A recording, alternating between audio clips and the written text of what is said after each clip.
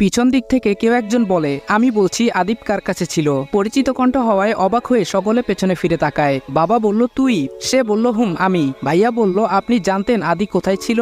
সে বলল, হুম জানতাম। মা বলল, তাহলে এতদিন কেন বলেননি সত্যিটা মিজান ভাই? ইনি হলেন আদির বাবার বন্ধু মিজান সাহেব, যিনি আদিবের এই বাড়িতে থাকার ব্যবস্থা করে দিয়েছে। মিজান সাহেব বলল, বলিনি, তার কারণ আদিব বাবা নিজেই বারণ করেছিল। ভাইয়া বলল, কিন্তু কেন আঙ্কেল? মিজান সাহেব বলল, সেটা আদি নিজেই ভালো করে জানে। বাবা বলল, তুই কবে থেকে আদিকে চিনিস? মিজান সাহেব বলল, 2 বছর আগে আমি যখন চট্টগ্রামে গিয়েছিলাম তখন আমার আদিবের সাথে পরিচয় হয়। সুজন বলল, ইয়েস ইউ আর রাইট, আমরা আগে চট্টগ্রামেই ছিলাম। কিছুদিন আগেই পোস্টিং দিয়ে আদিবকে ঢাকাতে পাঠানো হয় আর আমাকে পাঠানো হয় পরে। বাবা বলল, আদি চট্টগ্রামে ছিল? মিজান সাহেব বলল, হুম। ভাইয়া বলল, কিন্তু আঙ্কেল ও কি করে পৌঁছালো সেখানে? ও তো এই ঢাকাতেই ছিল তাই না? বাবা বলল, হুম, আশরাফ তো ঠিক বলেছে। মিজান সাহেব বলল, হুম, আদিব আমাকে সবকিছুই বলেছে। সে আমাকে বারণ করেছিল তোমাদের কাছে এসব যেন আমি কখনো না বলি। তবে আজ যখন তোমরা ওর আসল পরিচয় জেনে গেছো তখন লুকিয়ে রেখে কি লাভ? বাবা বলল, বল তাহলে। মিজান সাহেব মুখ খুলতে যাবেন তার আগেই অপারেশন থিয়েটারের লাইট অফ হয়ে যায়। ডাক্তার বাহিরে বের হওয়ার সাথে সাথেই ইসি বলে, ডক্টর আদি কেমন আছে? ঠিক আছে তো? বলুন না প্লিজ, চুপ করে আছেন কেন? ইসির পাগলামি দেখে সবাই নির্বাক তাকিয়ে থাকে সেদিকে। ডক্টর বলল, দেখুন মিস জামান, শান্ত হন। আর কিছুক্ষণ আগে তো আপনারাই পেশেন্টকে নিয়ে এলেন আর নাম বললেন রাজ, এখন আদি কাকে বলছেন? কথাগুলো ডাক্তার বলে কারো উত্তরের অপেক্ষা না করে বলেন, তবে সে যেই হোক আমার কাছে একজন পেশেন্ট, এটাই বড় কথা। সুজন বলল, পেশেন্ট এখন কেমন আছে? ডক্টর বলল, আপনাদের তো আগেই বলা হয়েছিল বাঁচার আশা খুবই কম। আমরা অপারেশন করেছি, এখন জ্ঞান ফেরার অপেক্ষা। 24 ঘন্টার মধ্যে যদি জ্ঞান ফিরে তাহলে তো হলোই, আর না হলে আই এম সরি। রাতুল বলল, আপনি মজা করছেন? অগ্নি বলল, দেখুন ডক্টর, উনি একজন সিনিয়র আর্মি অফিসার, সো তার ট্রিটমেন্ট নিয়ে খামখেয়ালি করলে এর দায় পরে কিন্তু সামলাতে পারবেন না। ডক্টর বলল, কি আর্মি অফিসার? সুজন বলল, ইয়েস।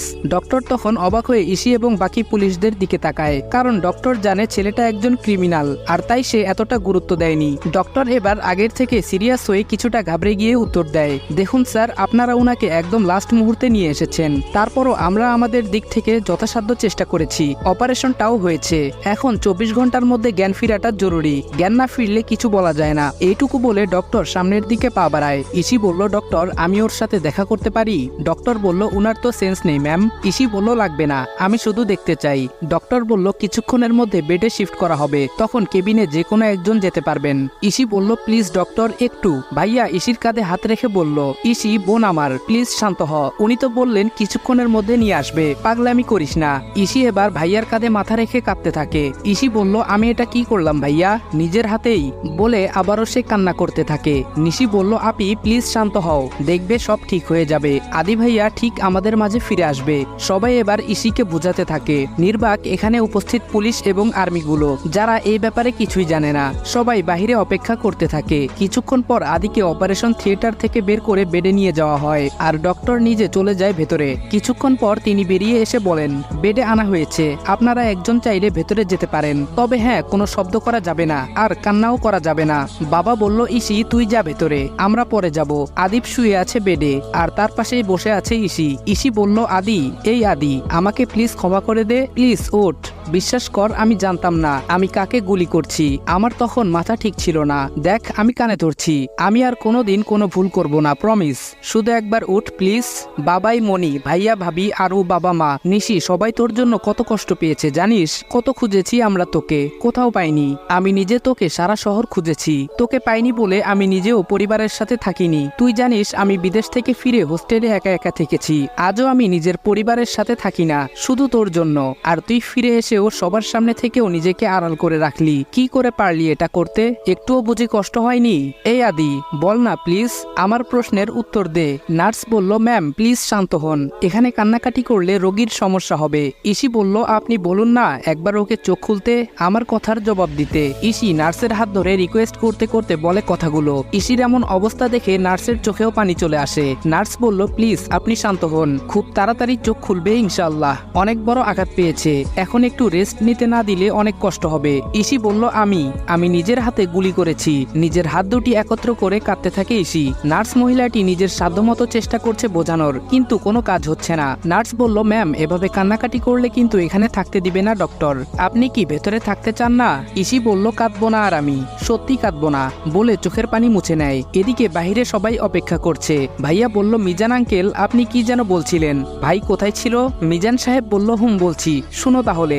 আমি যখন 2 বছর আগে চট্টগ্রামে যাই আমার একটা কাজে, তখন রাস্তায় আমার গাড়ি খারাপ হয়ে যায়। চলে গেলেন ফ্ল্যাশব্যাকে, চলুন সাথে আমরাও যাই। মিজান সাহেব চট্টগ্রামে পৌঁছে একটা গাড়ি ভাড়া করেছিলেন হোটেলে পৌঁছানোর জন্য, কারণ তিনি গাড়ি নিয়ে আসেননি। মিজান সাহেব ড্রাইভারকে বলল, কি হলো? ড্রাইভার বলল, সাব মনে হয় গাড়ি খারাপ হয়ে গেছে। মিজান সাহেব বলল, মানে? ড্রাইভার বলল, স্যার গাড়িটা খারাপ হয়ে যাবে ভাবতেও পারিনি, আমি বুঝতে পারছি না। মিজান সাহেব বলল, এখন কি হবে? ড্রাইভার আর মিজান সাহেব দুজনেই পায়চারি করতেছে।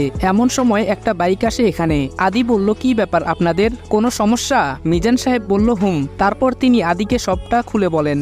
আদি বলল, এক কাজ করুন, আপনি আমার বাইকে চলে আসুন, আর ড্রাইভার আপনি গাড়িটা সারিয়ে নেওয়ার ব্যবস্থা করুন। আদি বলল, কোথায় যাবেন আঙ্কেল? মিজান সাহেব বলল, সার্কিট হাউস। আদি বলল, ওকে চলুন, আমি পৌঁছে দিচ্ছি। দুজনেই চলতে থাকে। রাস্তার মাঝখানে অনেক কথা হয় দুজনের মধ্যে। আদি বলল, এই তো আঙ্কেল চলে এসেছি। মিজান সাহেব বলল, তোমাকে অসংখ্য ধন্যবাদ বাবা, এই যা। আদি বলল, কি হলো আঙ্কেল? মিজান সাহেব বলল, দেখেছো তোমার সাথে এতটা রাস্তা এলাম, কত কথা বললাম, অথচ নামটা জানা হলো না। আদি দুটানায় পড়ে যায়, কারণ সে তার আঙ্কেলকে ঠিকই চিনতে পেরেছে। আদি বলল, আমার নাম বলার আগেই ওর ফোন বেজে ওঠে। আদি বলল, আঙ্কেল আমার একটা জরুরি কাজ পড়ে গেছে, এখন আসি, আমি বিকেলের দিকে এসে গল্প করব কেমন? মিজান সাহেব বলল, আচ্ছা তুমি সাবধানে যেও। আদি চলে আসে সেখান থেকে, আর এসে নিজের কাজে ব্যস্ত হয়ে যায়। কাজ শেষে বাসায় ফিরে সে ফ্রেশ হয়ে অনেকক্ষণ বসে চিন্তা ভাবনা করে। সে সিদ্ধান্ত নেয় মিজান আঙ্কেলকে তার পরিচয় দেবে। তাই আর দেরি না করে বাইক নিয়ে বেরিয়ে পড়ে সার্কিট হাউসের দিকে। দরজায় নক করার শব্দ পেয়ে মিজান সাহেব দরজা খুলে দেন। মিজান সাহেব বলল, আরে তুমি, এসো এসো ভেতরে এসো। আদি ভেতরে গিয়ে বসে, আর আঙ্কেল দুটো কফি অর্ডার দিয়ে দেয়। আঙ্কেল বলল, তখন কিন্তু তোমার নামটা জানা হলো না। আদি বলল, কিন্তু আমি আপনার নাম জানি। আঙ্কেল বলল, কি করে? আদি বলল, আঙ্কেল আমি আদিব, আফজাল আল ইমরান সাহেবের ছেলে। আঙ্কেল বলল, কি? আদি বলল, আমি আদিব আল ইহসান। আঙ্কেল বলল, তুমি এখানে কিভাবে? আদি বলল, কেন আঙ্কেল আপনি কিছু জানেন না? আঙ্কেল বলল, না তো, আমি তো বিদেশে ছিলাম এত বছর, এই তো কিছুদিন আগে ফিরলাম। তখন আদির মনে পড়ে ছোটবেলার কথা। আদি বাড়িতে থাকতেই উনি সপরিবারে বিদেশে চলে গেছেন। আঙ্কেল বলল, কি হয়েছে, তুমি এখানে কেন? তোমার পরিবার তো ঢাকাতে, তুমি কি এখানে কোনো কাজ করো নাকি তোমার বাবার ব্যবসা এখন চট্টগ্রামেও প্রসারিত করা হয়েছে? আদি বলল, আমার কোনো পরিবার নেই আঙ্কেল। আঙ্কেল বলল, হোয়াট? আদি বলল, তারপর খুলে বলে সে সব ঘটনা। সবকিছু শোনার পর আঙ্কেল বলল, আফজাল এমনটা কি করে করলো? আদি নিশ্চুপ। আঙ্কেল বলল, আমি ভাবতে পারছি না, হাউ দ্যাট ইজ পসিবল? আদি বলল, আঙ্কেল প্লিজ আপনি কাউকে আমার কথা বলবেন না। আঙ্কেল বলল, কেন?